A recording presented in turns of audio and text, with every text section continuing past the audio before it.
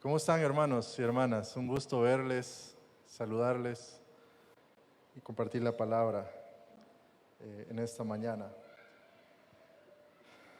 Cuando nosotros vivíamos en Wheaton, tuvimos la oportunidad por los estudios doctorales de vivir en esta ciudad, al sur de la ciudad, en este pueblo en realidad, al sur de la ciudad de Chicago. Pues mis hijos, como parte de la experiencia, obviamente iban a la escuela, otra cultura, otro idioma. Y nosotros, mi esposa le gustaba guardar las cosas que hacía de la escuela, que llevaba nuestro hijo Gerardito. Y él estaba, creo yo, no recuerdo si en tercer grado, por ahí. Y él, cosas que hacía en la escuela, pues las guardaba. Y recuerdo que había una en particular que a mí me llamó la atención. Mi esposa Débora la enmarcó y la puso ahí en la sala. Y yo la leí y quiero compartírselos. Decía así, era una descripción de Gerardito.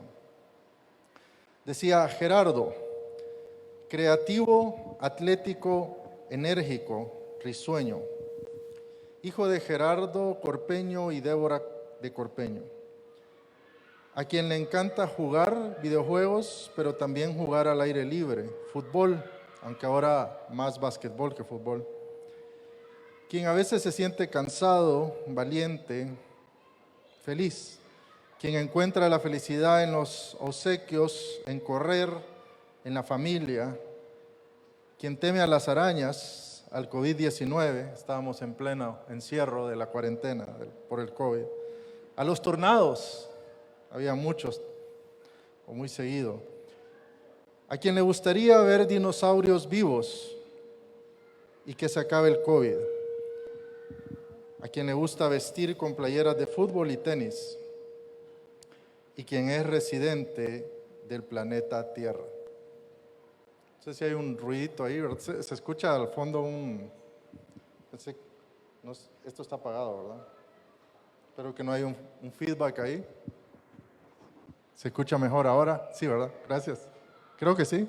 Sí. Gracias. Y es esta última frase de esto que acabo de compartir con ustedes, ¿no? Se me quedó en la mente grabado. Quien es residente del planeta Tierra.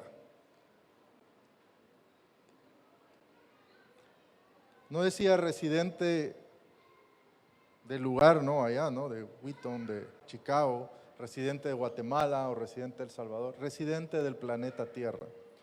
Esta última frase me hace pensar en uno de los retos que creo yo la iglesia tiene hoy, más que nunca, que enfrentar, y es el reto de ser una iglesia misionera en un mundo global.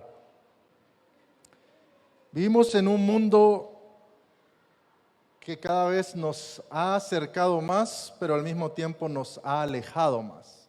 Vivimos en un mundo que está como nunca cada vez más interconectado o conectado, pero al mismo tiempo separado o dividido.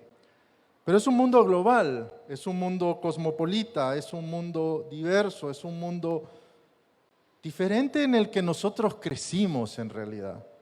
Y al pensar en mi hijo y esto que él escribió, y la última frase, residente del planeta Tierra, pienso en la misión de la iglesia. Y pienso que la misión que tiene la iglesia hoy en este mundo global, cambiante, multicultural, no es tan distinta a el reto y los desafíos que tenía la iglesia en el primer siglo. De hecho, la iglesia primitiva, la iglesia del libro de los Hechos, nace en un contexto, hasta cierto punto, aunque el término no existía, global. Nace en un contexto multicultural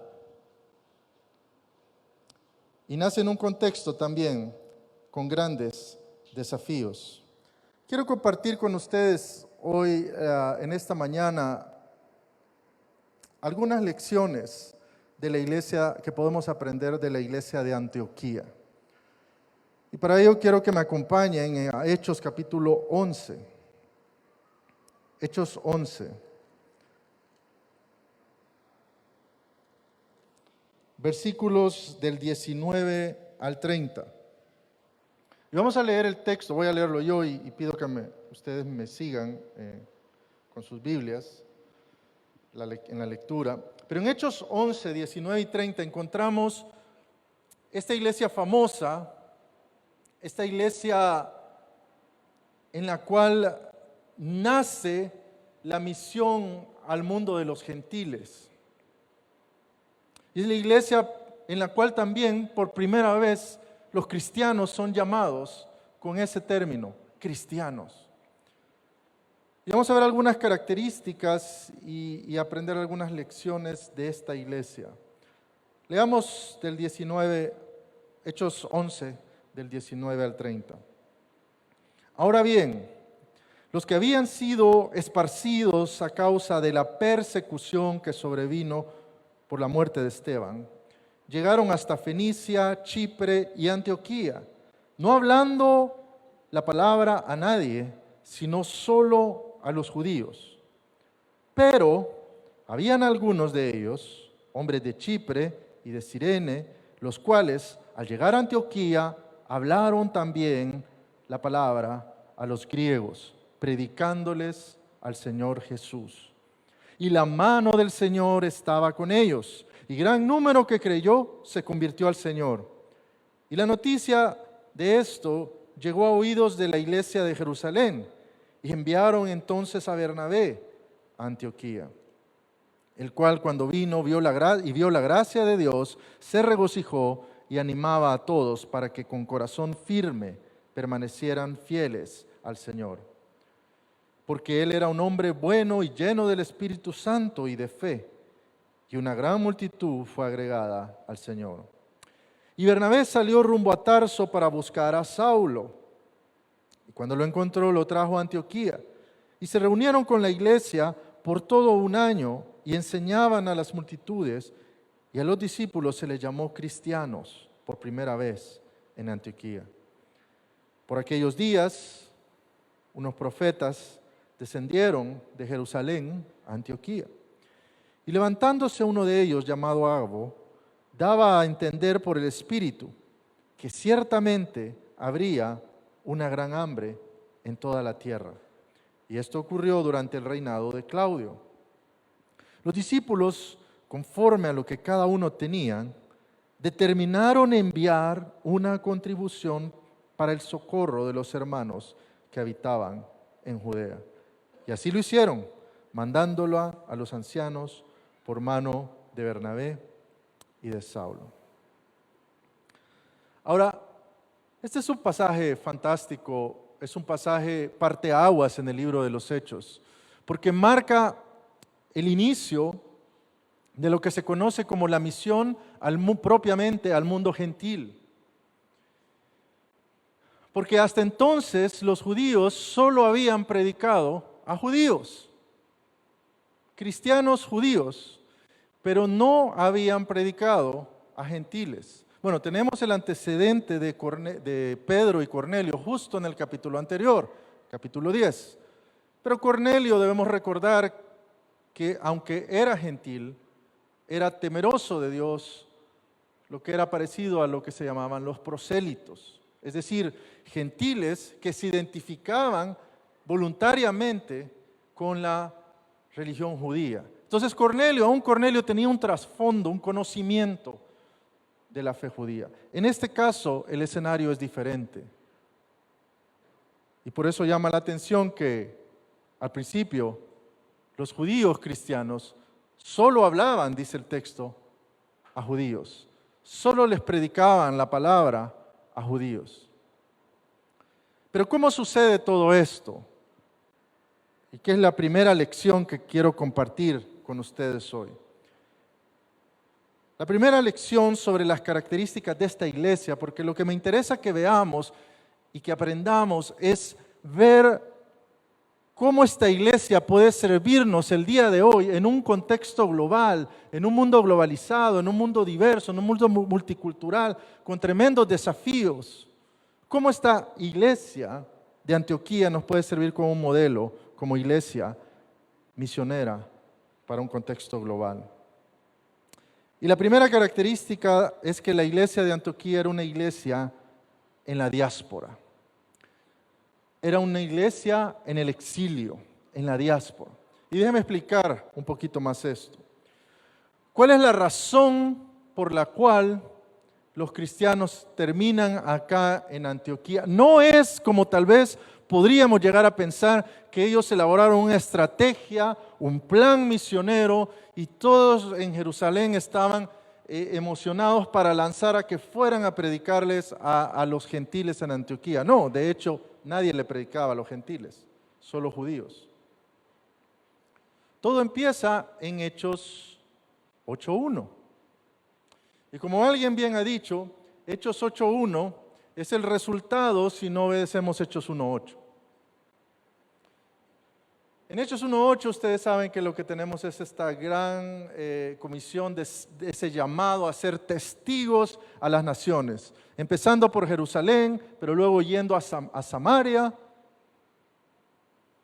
Judea, Samaria y hasta lo último de la tierra, el mundo gentil. Pero la iglesia no se movía realmente mucho de Jerusalén.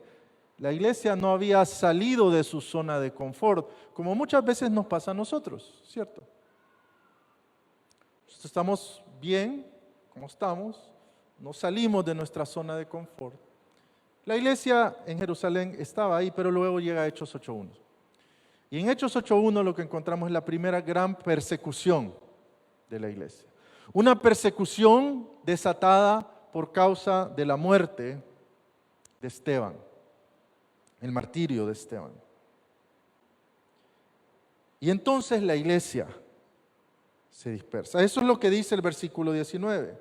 Los que habían sido esparcidos a causa de la persecución que sobrevino por la muerte de Esteban, llegaron hasta Fenicia, Chipre y Antioquía. Entonces es interesante ver que realmente la razón por la cual la iglesia se mueve no es un impulso misionero como nosotros quisiéramos pensar o pensaríamos, sino que es la oposición, es una crisis, es la persecución. Cuando hablamos de persecución, quizás es un lenguaje que a nosotros nos resulte un poco distante, un poco ajeno. Se nos olvida un poco, y si usted pregunta y tiene familiares o ancestros que nacieron en la fe, allá por los 80, 70 o aún antes, la iglesia evangélica en Guatemala no era mayoría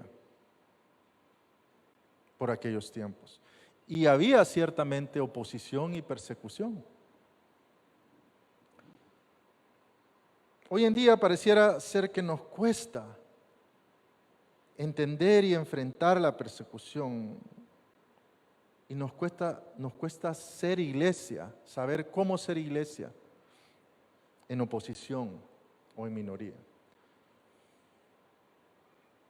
Esta iglesia avanza, y esto es lo paradójico, avanza, se mueve, empieza a cumplir la misión de Dios por causa de la persecución y de la oposición, por causa de una crisis. Así nace la iglesia.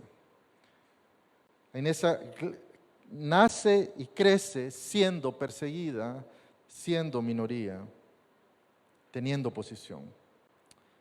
Ahora, el segundo punto interesante del texto sobre esta iglesia de la diáspora es que los que predicaron primero a los gentiles en Antioquía fueron, fíjese bien, fueron judíos de la diáspora. Es decir, no fueron judíos de Jerusalén. Mira el texto. Cuando llegaron hasta Fenicia, Chipre y Antioquía, dice, no hablando la palabra a nadie, sino solo a los judíos. Y aquí es cuando uno tiene que hacerle preguntas al texto. ¿Por qué Lucas nos está diciendo esto? ¿Por qué él está enfatizando, resaltando que cuando llegan a estas zonas que son territorio gentil, los cristianos judíos no le predican a los gentiles. Acababa de pasar lo de Cornelio y Pedro, y sin embargo, todavía estaba esa barrera. Solo a los judíos, no a los gentiles. Pero, y ahí viene, me encanta cuando en la Biblia hay un pero. En versículo 20, pero habían algunos de ellos, hombres de Chipre, de Cirene, los cuales al llegar a Antioquía, hablaron también a los griegos predicando al Señor Jesús. Y aquí viene otra pregunta, ¿por qué será que estas personas, que estos cristianos que eran de Chipre y de Cirene, decidieron, como decimos en mi tierra coloquialmente, salirse del huacal? Decidieron salirse de lo que supuestamente tenían que hacer. Porque ellos no siguieron las reglas. No siguieron lo que se esperaba. Se esperaba que solo a los judíos, cada uno iba a la sinagoga y predicaba solo a los judíos. Y estos se salieron.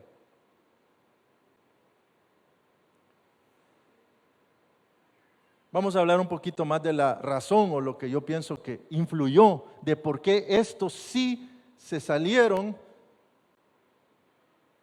del huacal y decidieron predicarle a los griegos, a los gentiles. Pero antes, algo que me parece interesante reflexionar es que ellos no le pidieron permiso a nadie. Ahora, ¿se imaginan ustedes qué hubiera pasado si esto hubiera sucedido, verdad? Hoy en día, en algunas de nuestras iglesias.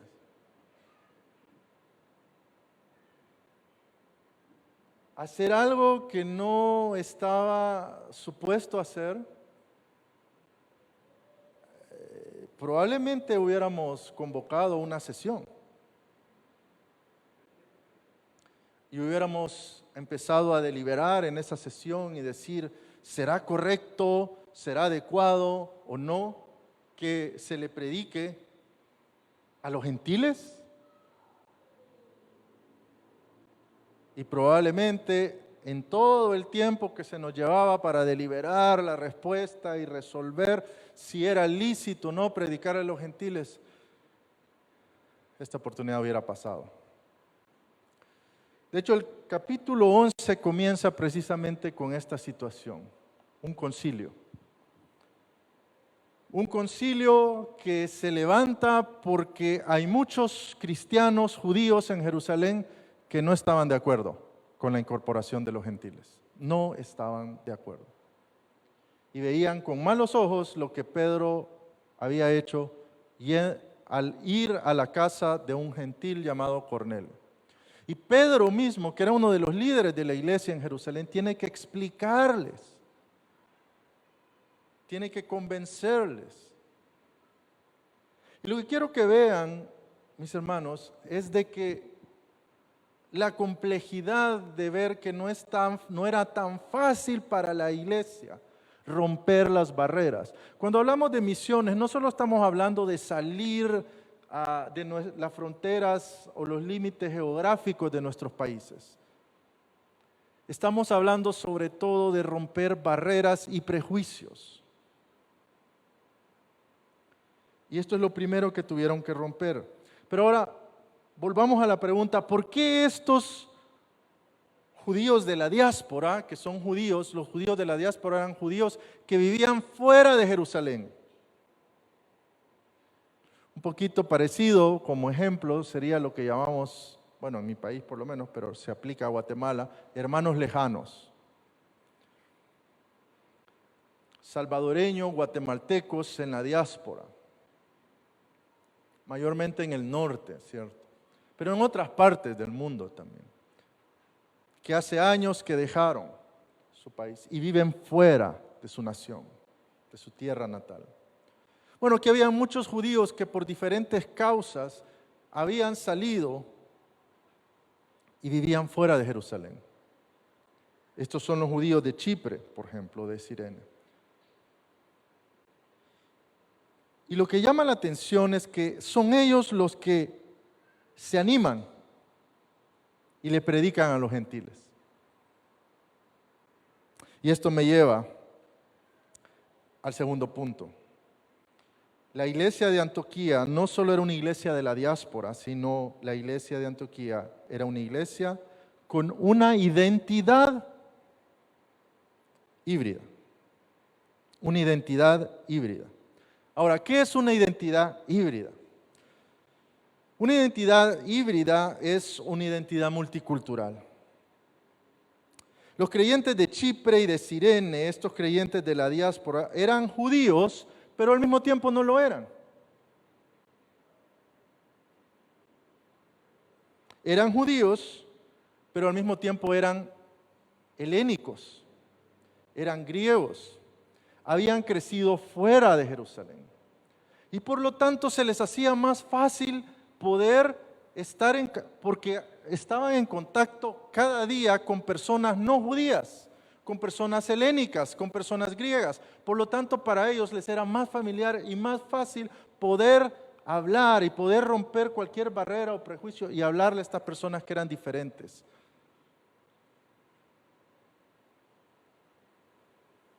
Eran biculturales. Ellos se sentían cómodos, estos judíos de la diáspora, se sentían cómodos en ambas culturas. En su cultura judía, y apreciaban y valoraban su cultura judía y su religión judía, pero se sentían cómodos también navegando en la cultura griega, en la cultura helénica.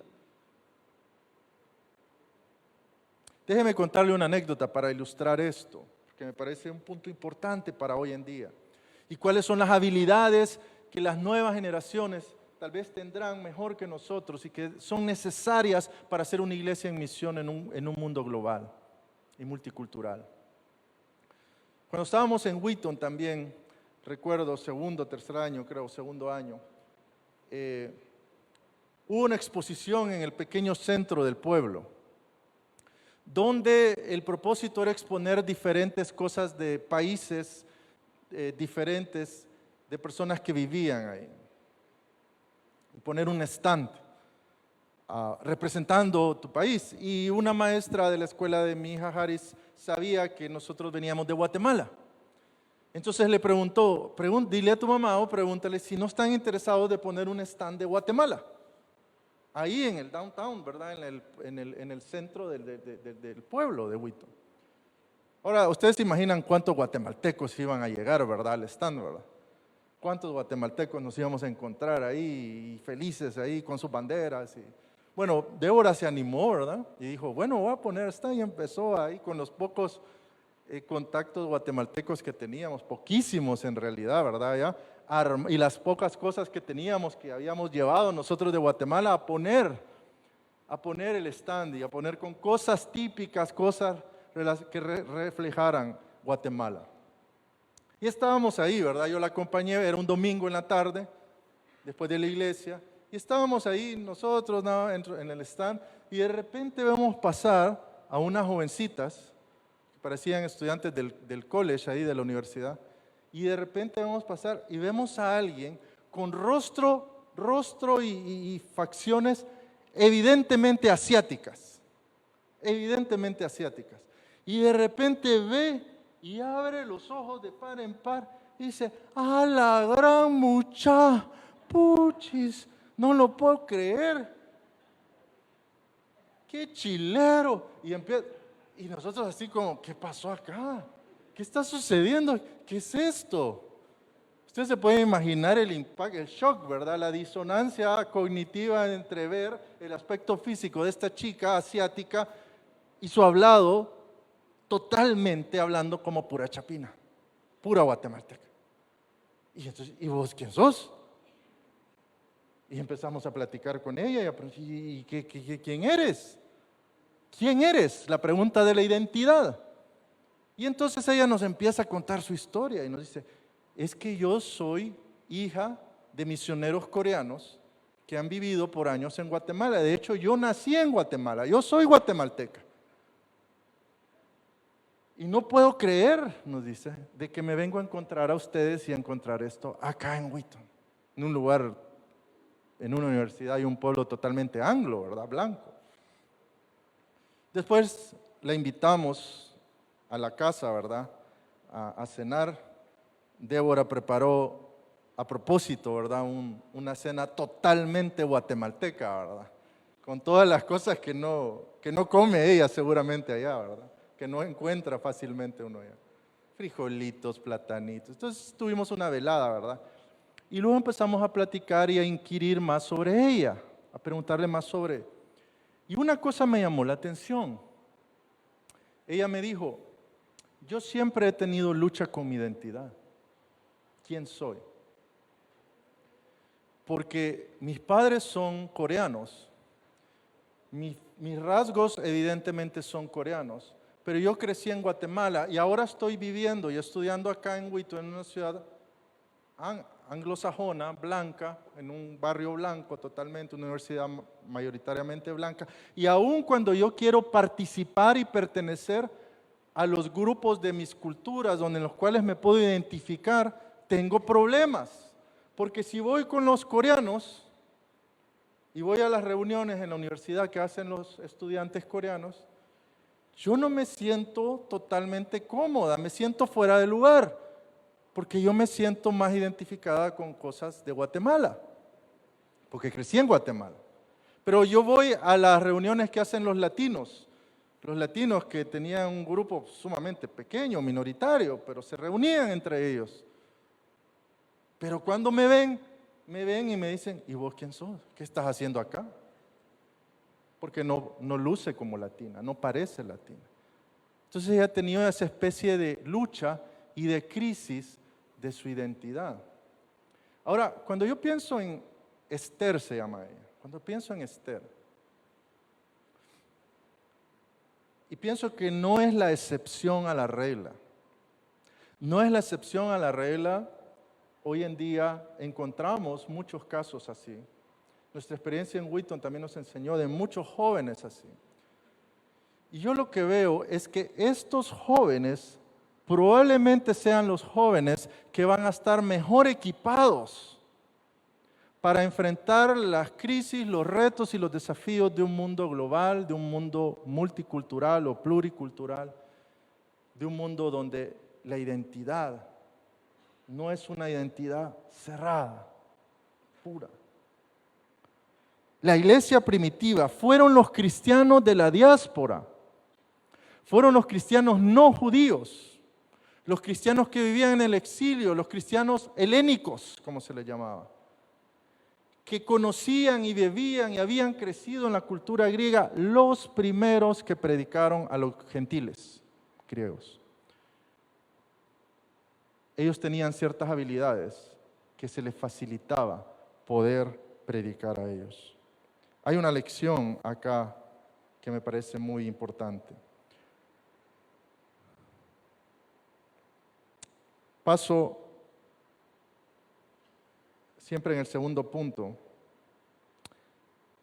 La segunda característica de una identidad híbrida es que no es solamente una identidad multicultural, sino que es una identidad que es abierta al otro que es diferente, al otro que no comparte necesariamente ni mi religión, ni mi ideología, ni mis costumbres, ni mi nacionalidad.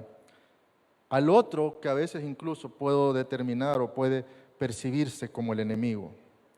Es una identidad abierta a ese otro, no cerrada.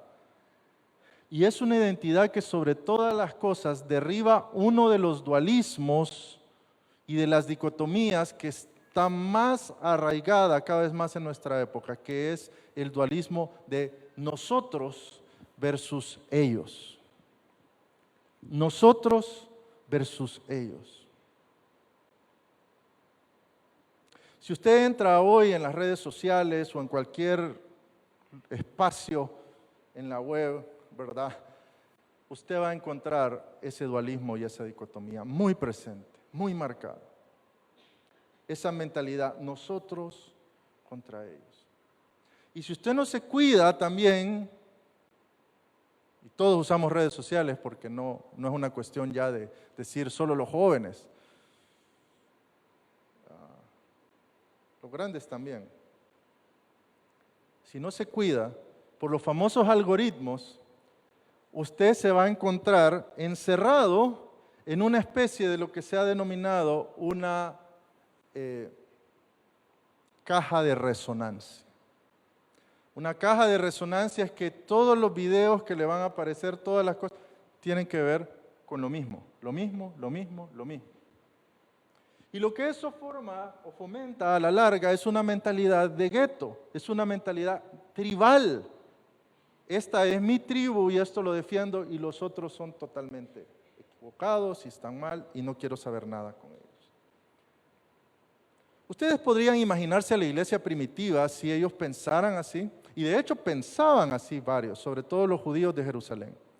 Pero ¿qué hubiera pasado si el Espíritu Santo no hubiera ocupado, por un lado, la persecución que hubo tras el martirio de Esteban, esa crisis que hizo que la iglesia la expulsara hacia afuera y terminaran acá en Antioquía y terminaran con los gentiles? Y si no hubiera utilizado las voces minoritarias de los judíos de la diáspora, que empezaron y decidieron salirse del huacal y empezar a hablarles, no solo a los judíos, que pensaban como ellos, que eran iguales que ellos, sino a aquellos que eran diferentes, a los gentiles. No solo eran diferentes los gentiles, mis hermanos, eran considerados como enemigos. Como enemigos. Por eso es que Pedro le costó tanto y dijo, un judío no puede ni poner un pie en la casa de un gentil. Peyorativamente le llamaban perrillos a los gentiles, los judíos. ¿Qué hubiese sido de la misión de la iglesia si el Espíritu Santo no hubiera usado la persecución y no hubiera usado la vida de estos judíos llamados de la diáspora? La mentalidad del dualismo, nosotros versus ellos, es una de las primeras cosas que la iglesia primitiva tiene que romper y es una de las cosas que me temo mucho nosotros tenemos hoy en día que romper. Lo tercero es, y este es quizás el punto más importante, que la identidad híbrida es parte de nuestra identidad cristiana. No importa dónde seamos, de dónde seamos, no importa las experiencias que hayamos vivido, la identidad cristiana también es una identidad híbrida. Y déjeme decirle por qué. No es casualidad que precisamente sea acá en Antioquía, en este contexto de una iglesia diaspórica, de una iglesia multicultural, que a los cristianos se les haya llamado por primera vez cristianos. No sé si usted ha puesto a reparar en ese dato, en ese hecho. Es precisamente aquí en Antioquía, no en Jerusalén, donde a los cristianos se les llama por primera vez cristianos. Es decir, es parte esencial de su ADN, de su identidad, es ser una iglesia de la diáspora, es ser una iglesia multicultural, es ser una iglesia híbrida, una identidad híbrida. La iglesia, Pedro dice en su primera carta que los cristianos somos peregrinos y extranjeros. Pero yo no sé si usted se ha sentido extranjero, probablemente no, probablemente sí. Si le ha tocado salir de Guatemala, seguramente sí. Si se ha sentido que es ser una minoría, que es estar en una tierra extraña. La identidad de la iglesia nace como peregrinos y extranjeros, pero la razón por la cual Pedro dice eso no es solo una razón geográfica o cultural, es una razón teológica. Somos peregrinos extranjeros porque nuestra patria no es esta. Nuestra nacionalidad, no importa lo orgullosos que seamos de nuestra nacionalidad, no es la última que define nuestra identidad como cristianos. Antes de ser salvadoreño, yo soy cristiano. Y usted antes de ser guatemalteco, lo mismo, usted es cristiano. Tenemos una doble ciudadanía, dice Pablo. Nuestra ciudadanía está en los cielos. Y somos A veces me gusta pensar me gusta esa metáfora que Pablo usa de ser embajadores, porque esa metáfora es una metáfora que ayuda mucho a pensar este concepto híbrido de tener una doble ciudadanía. Si usted piensa en la figura, el concepto de un embajador, de un diplomático, que es enviado a otro país, él es enviado con una misión. Imagínese un embajador de Austria, o de Alemania, o de Estados Unidos. Él lo envían a Guatemala. O mejor aún, imagínese usted que es guatemalteco y lo envían como embajador a Canadá, por decirlo. Usted va a ese lugar y usted tiene que comportarse y regirse por las leyes de ese lugar. Usted no puede violentar las leyes de ese lugar. Usted tiene que adaptarse a las leyes de ese lugar. Pero usted sabe que su lealtad última pertenece a la nación que lo envió. Usted es embajador de esa nación y usted es representante de esa nación. Y usted se va a regir y se va a comportar principalmente por eso. Usted va a dar cuentas a ese que lo envió. Lo mismo sucede con los cristianos, hermano. Somos de este mundo, pero no somos de este mundo. Nuestra ciudadanía está acá. Somos guatemaltecos o cualquiera la nacionalidad que sea, pero nuestra ciudadanía principal está en los cielos. Hubo una carta en el primer siglo llamada Carta de Diogneto. Y en esta carta de Diogneto, me parece, se resume, se precisa muy bien esta identidad híbrida que tienen que tener los cristianos. Déjeme leerle un párrafo, dice así: los cristianos se convierten en gente extraña, que habitan en su propia patria, pero como forasteros. Toman parte en todo como ciudadanos, pero lo soportan todo como si fueran extranjeros. Toda tierra extraña es patria para ellos, pero están en toda patria como en tierra extraña. Esa es la identidad de los cristianos. En otras palabras, y citando al historiador Justo González, en medio de un mundo cosmopolita y de una población desarraigada y en crisis de identidad, la iglesia vino a ser ese instrumento de identidad basada en una solidaridad tal que hizo de los fieles un nuevo pueblo, con una nueva identidad. Esta identidad que yo llamo identidad híbrida. Paso al último punto, rápidamente. La iglesia de Antioquía, vimos, no solo era una iglesia de la diáspora, en el exilio, no solo era una iglesia con una identidad híbrida, una identidad multicultural, sino que finalmente la iglesia de Antioquía era una iglesia solidaria. Era una iglesia solidaria. Y esta solidaridad, hermanos, fue una solidaridad que la practicó sin fronteras. Miren cómo termina el texto que leímos, esta historia. Este dato muchas veces se pasa por alto, aun cuando se predica de misiones, pero es importantísimo no solo para la misión de la iglesia, sino para la identidad misma de la iglesia. En aquellos tiempos, dice, llegó un profeta de Jerusalén a Antioquía para anunciar que iba a haber una gran hambruna. Ahora, esta gran hambruna iba a ser en todo el territorio del imperio grecorromano, incluyendo Jerusalén, pero no solo Jerusalén. En todas partes iba a haber esta hambruna. ¿Y qué es lo que hace la iglesia? Al escuchar a este profeta diciendo que va a haber esa crisis severa, esa hambruna severa, ¿qué es lo que hace la iglesia de Antioquía? Levantan una ofrenda, dando, dice, conforme lo que cada uno tenía. Determinaron enviar una contribución para el socorro de ¿quiénes? Y esto es lo más impresionante del relato. La ofrenda era ¿para quiénes? ¿Para quiénes? Los judíos de la iglesia de Jerusalén. Los mismos judíos, muchos de los cuales no los querían recibir o estaban con sus dudas si recibirlos como parte de la iglesia, a tal punto que tuvieron que hacer un gran concilio para deliberar si estos cristianos nuevos, gentiles, tenían que ser considerados iguales. Hermanos, eso es lo que llamamos una bofetada con guante blanco, ¿verdad? Una iglesia gentil, nueva, naciente, de no judíos, levantando una ofrenda, sabiendo que va a haber una hambruna que les va a afectar a ellos mismos. Pero no pensaron en ellos mismos primero, sino que pensaron en el otro que era diferente, los judíos de Jerusalén. Y le dieron una gran lección a la iglesia madre, enviando una ofrenda para la iglesia de Jerusalén. Esto es lo que significa la solidaridad cristiana. Es una solidaridad que no está condicionada a ¿perteneces a mi grupo? Te doy. ¿No perteneces a mi grupo?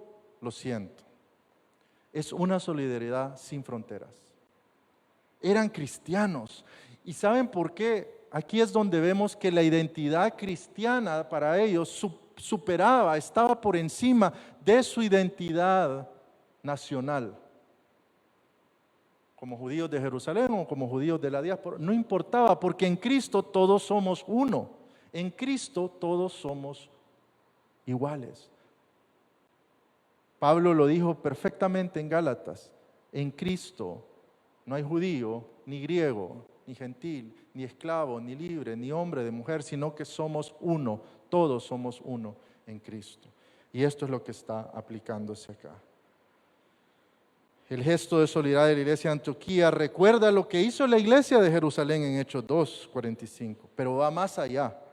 Mientras que los creyentes de Jerusalén se sacrificaron para ayudar a los pobres de su propia comunidad, la iglesia de Antioquía ayudó a los pobres de una comunidad diferente. Aquí no había una mentalidad de los antioqueños primero, sino un profundo sentido de compañerismo y solidaridad que llevó a esta comunidad de la diáspora a compartir con los pobres de Jerusalén. En tiempos de crisis, mis hermanos, por lo general los seres humanos y las sociedades actúan con miedo y se cierran al otro, al extranjero, al que es diferente, al que no está en mi bando, etc. Y solemos velar solo por los intereses personales o de los nuestros. La lección que nos da la iglesia de Antioquía, sin embargo, es que hizo lo contrario. Fue solidaria con los cristianos de otra comunidad que eran precisamente la comunidad que no les quería aceptar como iguales. En Hechos 11:1 dice: los apóstoles y los hermanos que estaban por toda Judea oyeron que también los gentiles habían recibido la palabra de Dios. Y cuando Pedro subió a Jerusalén, los que eran de la circuncisión, es decir, los judíos cristianos, le reprocharon. Pero es a estos hermanos que la iglesia de Antioquía les comparte solidariamente de su propio bolsillo para la crisis de hambruna que estaban todos por enfrentar. En conclusión, hoy día vivimos en un mundo global donde también necesitamos practicar esta solidaridad sin fronteras. Y hoy nuevamente es la iglesia de la diáspora, no la de Hechos, no la del siglo I, la de hoy, las iglesias en plural, de la diáspora, de las que debemos aprender.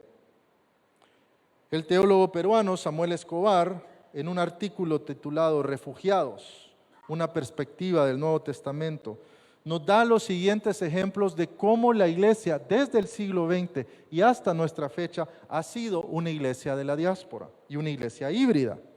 Él dice, por ejemplo, que muchas iglesias evangélicas en Argentina fueron plantadas por empleados británicos de la compañía ferroviaria a principios del siglo XX. Los empresarios coreanos han comenzado iglesias en Brasil y en Perú. Los inmigrantes españoles plantaron iglesias de habla hispana en Alemania en la década de los 60, a las que a partir de 2016 asisten inmigrantes latinoamericanos. Y más recientemente, los jóvenes filipinos han plantado iglesias en los Estados Unidos. Los inmigrantes ganeses lo han hecho en iglesias de los Países Bajos. Hoy día, dice, sin duda alguna, la iglesia es global y diaspórica. Y es precisamente esta iglesia de la diáspora la que nos está marcando la pauta, el rumbo para tener una identidad híbrida y una mentalidad multicultural que sea abierta al otro que es diferente, y sobre todo que sea solidaria con los que sufren las diásporas y las migraciones que genera nuestro mundo globalizado. Que el Señor nos ayude. Oremos. Padre, te damos gracias por tu palabra y por el ejemplo y el modelo de la iglesia de Antioquía. Señor, no era una iglesia perfecta sin duda, pero era una iglesia solidaria con el otro que es diferente, con el otro que incluso es considerado como enemigo, o era considerado, porque en Cristo somos uno. Y no importan en Cristo las nacionalidades, no importa en Cristo las etnias, las culturas, la lengua, las diferencias ideológicas, etcétera. Lo que importa es que somos uno en Cristo y que por la sangre de Cristo que fue derramada por todos sin igual, pertenecemos a este nuevo pueblo que tiene esta identidad híbrida. Señor, ayúdanos a ser esos embajadores que tienen esa doble ciudadanía, pero que nuestra lealtad última y no negociable sea una lealtad contigo y con el Evangelio. Que podamos decir como dijeron los apóstoles en Hechos cuando fueron confrontados por el concilio de los judíos: me es necesario o nos es necesario obedecer a Dios antes que el hombre. Y Señor, que podamos ser ese anticipo para el mundo, esa probadita de lo que será lo que acabamos de cantar hace un rato en Apocalipsis, donde toda lengua, toda tribu, toda raza, toda etnia adorará al Cordero y confesará que tú eres el Señor soberano. Ayúdanos, Señor, y ayúdanos a que podamos entrenar y alentar a las nuevas generaciones que sin duda serán los que están más preparados con estas habilidades para enfrentar nuestro mundo global. En el nombre de Jesús te lo pedimos. Amén y amén.